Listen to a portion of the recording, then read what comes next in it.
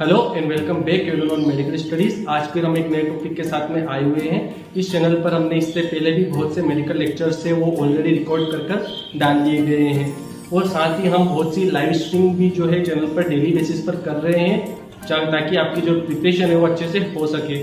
सो आप चैनल को सब्सक्राइब करें और वीडियो को लाइक करें। साथ ही हमारा जो टारगेट है वो 10 के सब्सक्राइबर का है, तो अपने दोस्तों के साथ, अपने कॉलेज वालों के साथ, सबके साथ में इस वीडियो को शेयर करना ना भूलें। तो चलिए move on to the topic.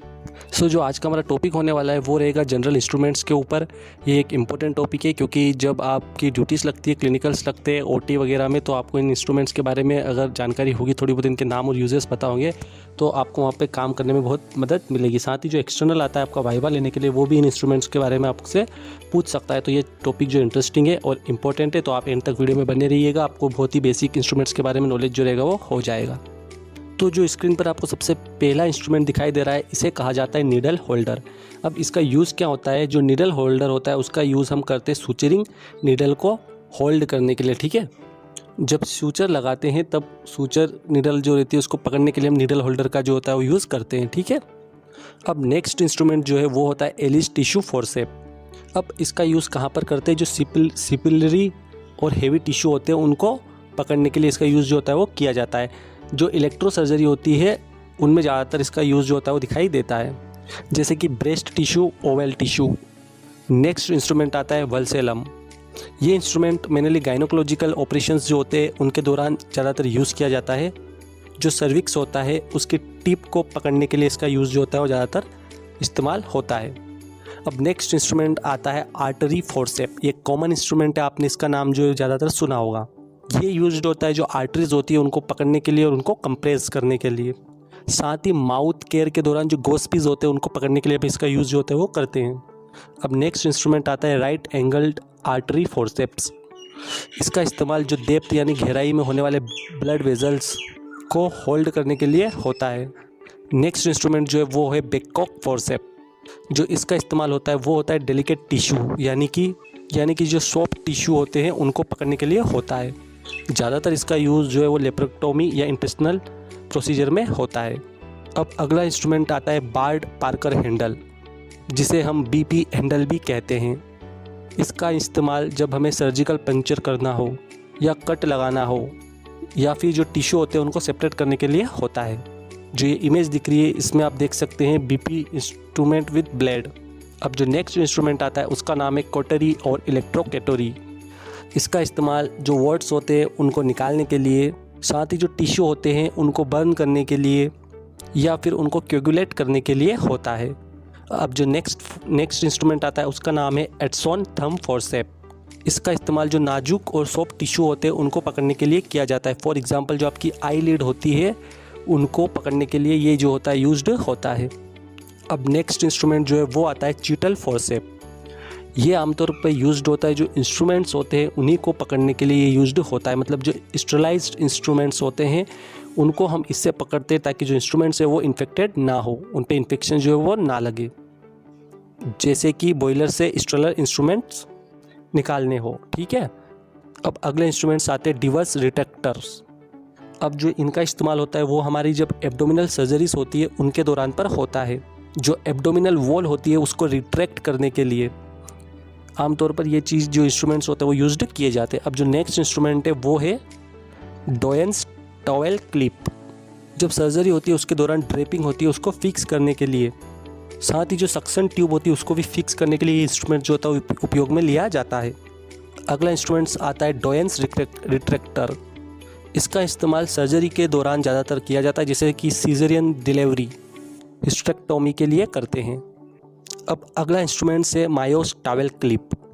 इसका इस्तेमाल भी सर्जरी के दौरान जो ड्रेप्स होती है उनको फिक्स करने के लिए किया जाता है। अगला इंस्ट्रूमेंट है मोरिस डबल एंडेड रिट्रैक्टर। इसका इस्तेमाल आमतौर पर जो एब्डोमिनल वॉल होती है उसको रिट्रैक्ट करने के लिए किया जाता है। अगला इंस्ट्रूमेंट जो स्क्रीन पे आपको दिख रहा है उसे कहा जाता है मॉस्किटो आर्टरी फोर्सेप। ज़्यादातर इस इंस्ट्रूमेंट का इस्तेमाल सूचरिंग करते टाइम जो सूचर का एंड होता है उसको पकड़ने के लिए किया जाता है। अगला इंस्ट्रूमेंट है जो है स्केपल ब्लेड्स। इनका इस्तेमाल इंसिजन लेने के लिए या फिर जो स्किन होती है उनको कट करने के लिए किया जाता है। अगला इंस्ट्रूमेंट है मायो सीजर। इसका इस्तेमाल जो होता है वो किया जाता है वुंड यानी कि घाव के जो आसपास के टिश्यूज़ होते हैं उनको कट करके बॉडी से सेपरेट करने के लिए किया जाता है। अगला इंस्ट्रूमेंट है मेडिसन बंस सीजर्स।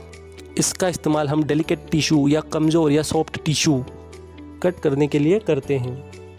जो अगला इंस्ट्रूमेंट आता है वो होता है कॉर्ड कटिंग सीजर। जो इसका इस्तेमाल होता है वो हमारी जो अम्बाइकल कॉर्ड होती है डिलीवरी के बाद में उसको कट करने के लिए यूज्ड किया जाता है। बेबी का बर्थ होता है उस टाइम पे जो उसकी अम्बाइकल कॉर्ड होती है वो मदर से कनेक्टेड होती है, तो उसको कट करने के लिए कॉर्ड कटिंग सीजर जो होता है उसका यूज़ किया जाता है।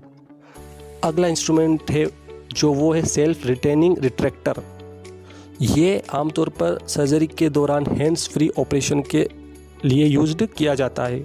जो अगला इंस्ट्रूमेंट है वो है स्पूटम मग। जैसे कि जिन पेशेंट्स को रेस्पिरेटरी डिसीज़ है उन पेशेंट का स्पर्टम को कलेक्ट करने के लिए इस इंस्ट्रूमेंट का जो यूज़ होता है वो होता है। अब अगला इंस्ट्रूमेंट जो है वो आता है स्पॉन्ज होल्डिंग फोर्सेप। तो जो स्टरलाइजेशन गोस्पीज होते हैं उनको पकड़ने के लिए आमतौर पर ये जो इंस्ट्रूमेंट है उसका यूज़ किया जाता है। अब अगला इंस्ट्रूमेंट है वो है प्रोक्टोस्कोप। जो एनस होता है और रेक्टम होता है उनकी एग्जामिनेशन के लिए इस इंस्ट्रूमेंट का उपयोग जो होता है वो किया जाता है। अब अगला इंस्ट्रूमेंट है वो होता है रिफ्लेक्स हैमर। अब ये आप लोगों ने बहुत ज़्यादा मात्रा में देखा होगा, आप लोगों ने इसके यूज़ भी देखे होंगे और इसको यूज़ होते हुए भी देखा होगा। इसका आंसर आप कमेंट सेक्शन में बताइए कि इसका यूज़ क्यों करते हैं। अब जो नेक्स्ट इंस्ट्रूमेंट है वो आता है किडनी ट्रे। अब कोई सा भी जो प्रोसीजर होता है उसके बाद में जो भी वेस्ट निकलता है उसको कलेक्ट काई में करते हैं हम किडनी ट्रे में। अब जो नेक्स्ट इंस्ट्रूमेंट है वो है टंग डिप्रेशर। मेनली इसका जो यूज़ होता है वो जो आपकी जीभ होती है उसको डिप्रेस करने के लिए यूज्ड किया जाता है ताकि जो आपका माउथ है उसके अंदर अच्छे से विजुअलाइजेशन जो है वो हो सके। अब जो अगला इंस्ट्रूमेंट है वो है नेज़ल स्पेक्युलम। जो आपकी नेज़ल कैविटी होती है उसको चौड़ा करने के लिए इसका उपयोग जो होता है वो किया जाता है। कुछ इस प्रकार से जो आपको इमेज में दिखाई दे रहा है ताकि जो नेज़ल कैविटी है वो अच्छे से दिखाई दे सके। अब जो अगला इंस्ट्रूमेंट है वो है tooth dissecting forcep used to hold tissue during procedure. जो प्रोसीजर करते हैं उसके दौरान जो टिश्यू होते हैं उनको पकड़ने के लिए होल्ड करने के लिए इस इंस्ट्रूमेंट का उपयोग जो होता है वो किया जाता है। नेक्स्ट है नॉन टूथ डाइसेक्टिंग फोर्सेप। इसका उपयोग आँखों की सर्जरी के दौरान जो आईलिड्स होती है उनको पकड़ने के लिए किया जाता है। अब जो अगला इंस्ट्रूमेंट है वो है हार्टमैन एलिगेटर फोर्सेप। जो ENT ऑपरेशन होता है उसके टाइम पर जो फॉरिजन बॉडीज़ होती है उनको रिमूव करने के लिए इस इंस्ट्रूमेंट का उपयोग आमतौर पर किया जाता है। अब जो नेक्स्ट इंस्ट्रूमेंट है वो है अम्बुबेक। ये एक आर्टिफिशियल मैनुअल ब्रीथिंग यूनिट है used to provide positive pressure ventilation to. अब जो अगला इंस्ट्रूमेंट है वो है एसेप्टो सिरिंज। जो घाव या कैविटी होती है उसको इरिगेशन करने के लिए इस इंस्ट्रूमेंट का उपयोग आमतौर पर किया जाता है। अगला इंस्ट्रूमेंट है बोन सीजल। जो हड्डियाँ होती है उनको काटने के लिए उनको एक शेप प्रोवाइड करने के लिए इस इंस्ट्रूमेंट का उपयोग आमतौर पर किया जाता है। जो अगला इंस्ट्रूमेंट है वो है बोन कटिंग फोर्सेप। जब ऑपरेशन चलता है उस दौरान पर जो बोन्स होती है उनको कट करने के लिए इस इंस्ट्रूमेंट का उपयोग जो होता है वो किया जाता है। यानी कि कुछ बोन्स जो है वो इन्फेक्टेड हो चुकी है तो उनको रिमूव करने के लिए इस इंस्ट्रूमेंट का यूज़ करते हैं। जो नेक्स्ट इंस्ट्रूमेंट है वो है नेल्सन इनहेलर। जो नेक्स्ट इंस्ट्रूमेंट है वो है लेरिंगोस्कोप। जो ET ट्यूब होती है उसको अंदर डालने के दौरान जो लेरिंगो होता है, लेरिंग्स होता है, उसको अच्छे से विजुलाइज करने के लिए हम इस इंस्ट्रूमेंट का जो उपयोग होते हैं वो करते हैं जिसका नाम है लेरिंगोस्कोप।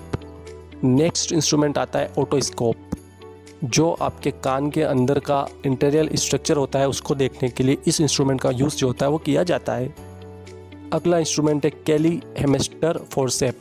जो लार्ज ब्लड वेजल्स होती है उनको क्लेम करने के लिए इसका यूज़ जो होता है वो किया जाता है। साथ ही जो टिश्यू होते हैं उनको डिसेक्ट करने के लिए भी इसका यूज़ जो होता है वो मैंने किया जाता है। जो नेक्स्ट इंस्ट्रूमेंट है वो है पिनार्ड फोटोस्कोप। पिनार्ड फोटोस्कोप प्रेगनेंसी के टाइम पर जो फीटस होता है उसकी जो हार्ट बीट होती है उसको सुनने के लिए इस इंस्ट्रूमेंट का यूज़ जो होता है वो किया जाता है। तो ये था हमारा आज का टॉपिक जो कि हमने अच्छे से डिस्कस करा है। अगर इससे रिलेटेड कोई भी आपको क्वेरी और डाउट हो तो आप कमेंट सेक्शन में कमेंट डालकर मुझसे पूछ सकते हैं और आगे की वीडियो के लिए आप चैनल को सब्सक्राइब करके रखें और वीडियो को लाइक करें। Thank you. Have a good